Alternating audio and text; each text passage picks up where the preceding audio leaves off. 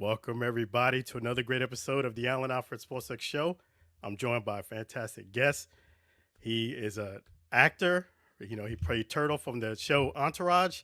He's also played from Power, Joe Proctor, none other than Jerry Ferrara.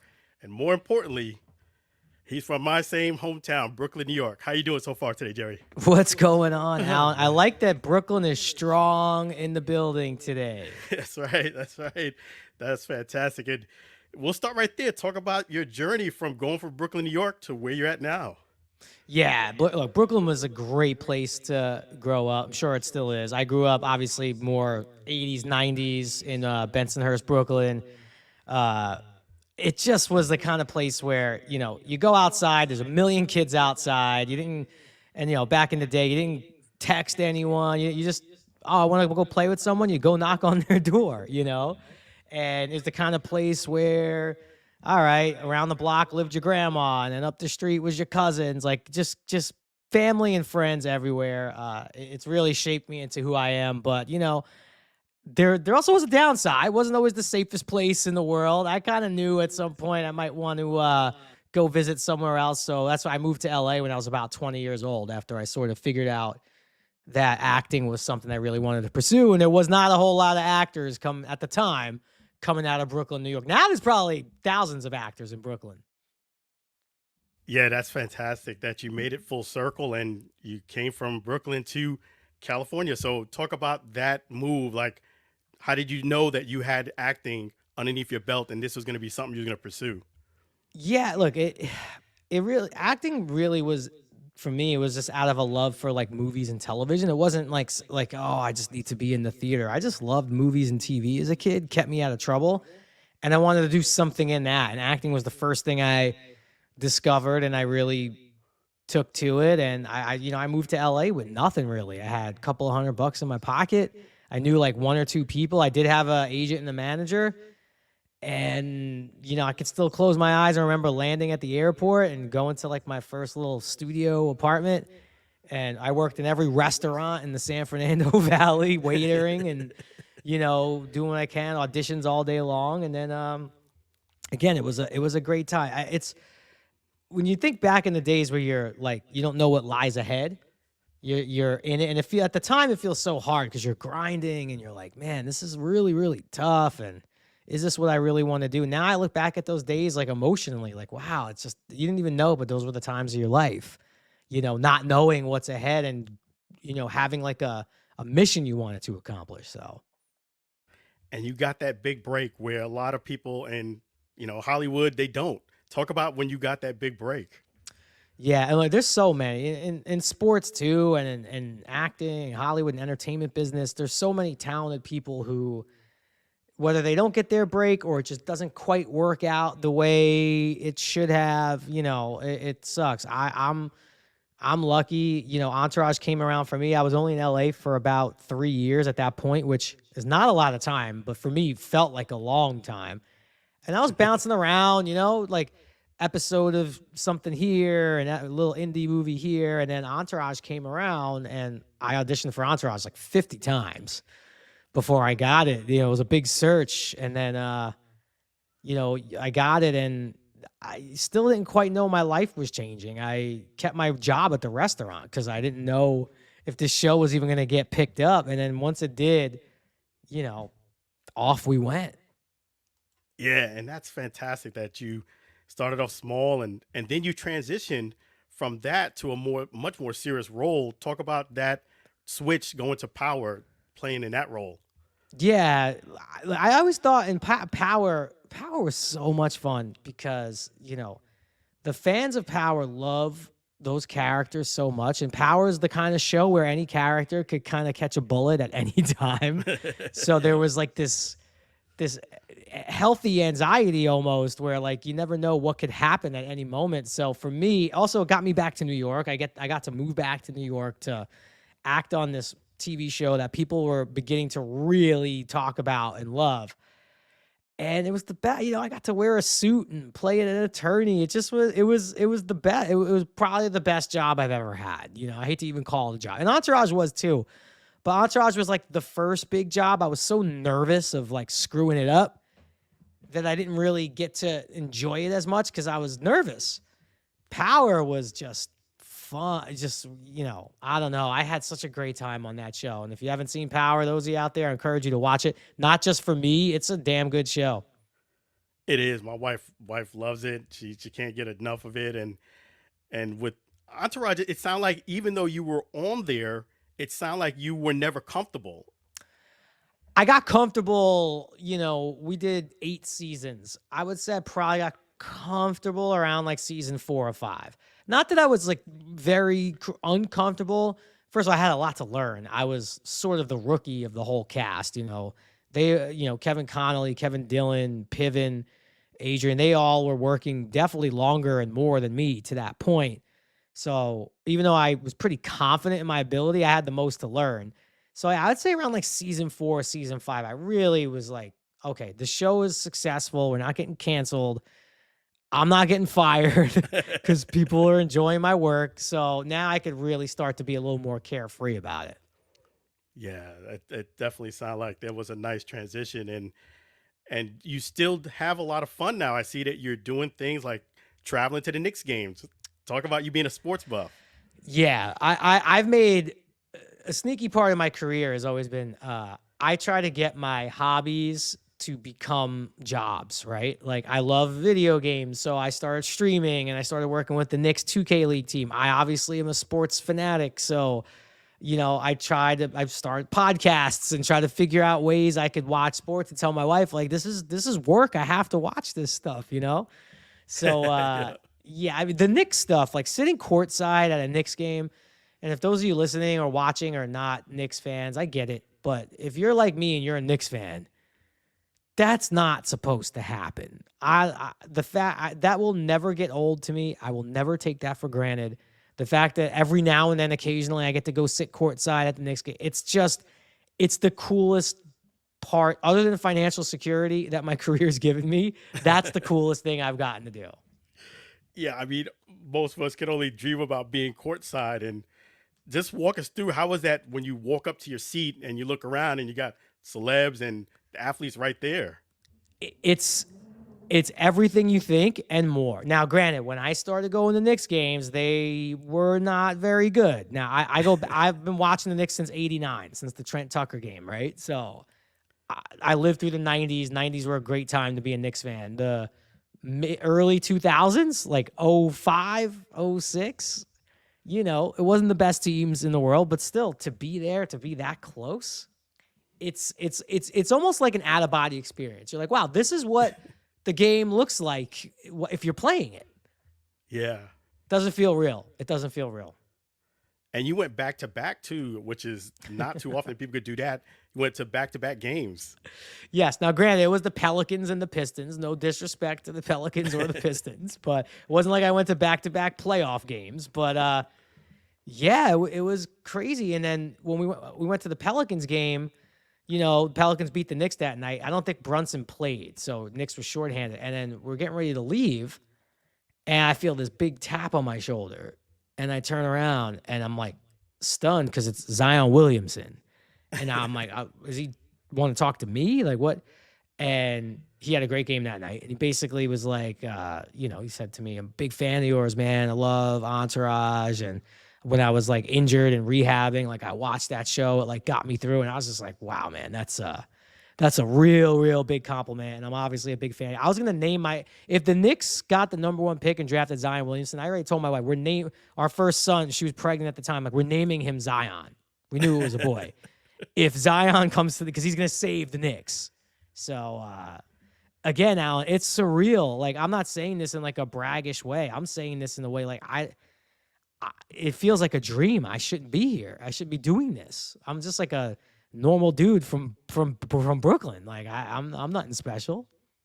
Yeah, I feel the same way from Brooklyn, New York, and you just never know where things will lead you to, and it's amazing. And your journey it's even brought you to even something even greater now. Now you're going to be doing a great show with Matt Leinart, which is outstanding. Talk about that idea to come up with Throwbacks. Yeah, I've been wanting to get back into the podcast space. You know, I launched mine in 2012, and then it was with my wife. And once we started having kids, we kind of had to put it down because there was too much going on.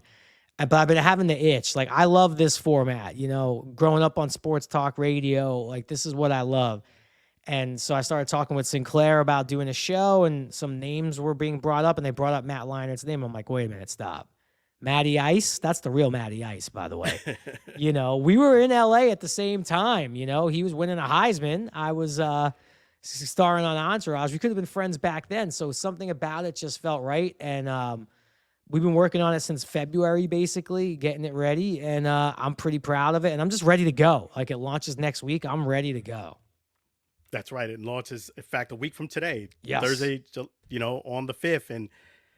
And what could fans expect to hear from you and as well as Matt? Yeah, look, we're going to have guests, right? Of course. Like, Matt knows a lot of people from his playing days, and now Matt does, you know, Leinart does the, you know, Big Noon Kickoff, which is a huge college football show for Fox. So he has a huge reach. And then, you know, I think I have a pretty interesting list of people I could get on as well. So there'll be that. But also, it's just, look, a lot of people do X's and O's stuff, and there's a lot of great X's and O's stuff, and you know where to find all those shows. You're definitely not coming to me for the X's and O's. Matt could do, I mean, I know a lot, and I can talk X's and O's, but you're not coming to me to hear that. You're just it's just real fans. Like, you know what we're shooting for? It's like, do you remember the best way to talk about sports when you were a kid was like you'd watch whatever the game and then you'd go to sleep, you wake up and you get to school, whether it was in homeroom or your first period class, and you meet up with your friends and you would just recap, whether it was Giants, Knicks, Dodgers, whoever, you just recap the whole game.